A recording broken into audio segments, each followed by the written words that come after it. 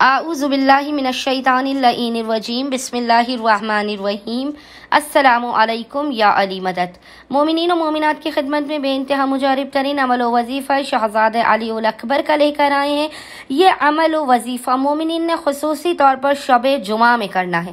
شب جمعہ میں کسی بھی شب جمعہ میں مومنین اس وظیفہ عمل کو تاریکی شب میں کریں، نصف شب کے وقت کریں۔ آپ یقین جانیے گا معجزے دیکھیں گے حسین ابن علی کے لال علی اکبر کے اس مجرب و جلالی ترین عمل و وظیفے کو کر کے آپ کی ہر حاجت آپ کو فوراً کے فوراً قبول و مقبول ملے گی۔ آپ کی مشکلات و پریشانیوں کا، ناگہانیوں کا، بلاؤں کا خاتمہ ہوگا، رزق کی بارش ہوگی، غربت و غریبی کا خاتمہ ہوگا۔ پہاڑ جتنی بھی مشکلات ہوں گی تو وہ حسین ابن علی کے شہزادہ علی اکبر کے صدقے سے فوراً کے فوراً ٹال دی جائیں گی۔ کوئی بھی ناممکن ترین حاجت ہو، کیسی بھی حاجت ہو، گھر کے لیے، اولاد کے لیے، شادی کے لیے، غربت و غریبی کے خاتمے کے لیے، رزق و روزگار کے لیے، کاروبار کے لیے، کسی بھی حاجت کے لیے آپ اس عمل خاص کو شب جمعہ تاریکی شب میں نصف شب کے وقت کیجیے گا۔ خبردار مومنین اس وظیفے کو کسی بھی صورت ضائع نہ کریں۔ دیگر پریشان حال مومنین تک بھی اس وظیفہ عمل کو آپ لازماً پہنچانے کی کوشش کریں تاکہ دیگر مومنین کا بھی بھلا ہو سکے۔ مومنین نے کرنا یہ ہے کہ کسی بھی شب جمعہ میں آپ نے سب سے پہلے باوضو ہونا ہے۔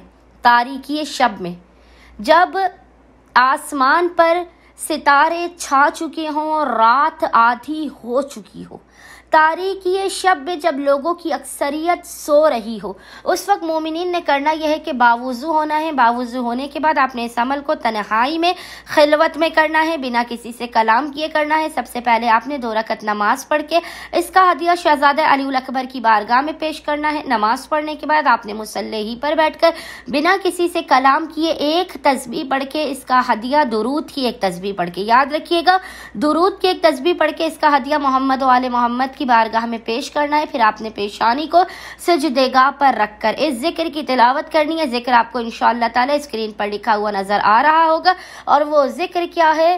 یا رب اکبر، یا رب اکبر بحق علی الاکبر ادرکنی، یا رب اکبر بحق علی الاکبر ادرکنی۔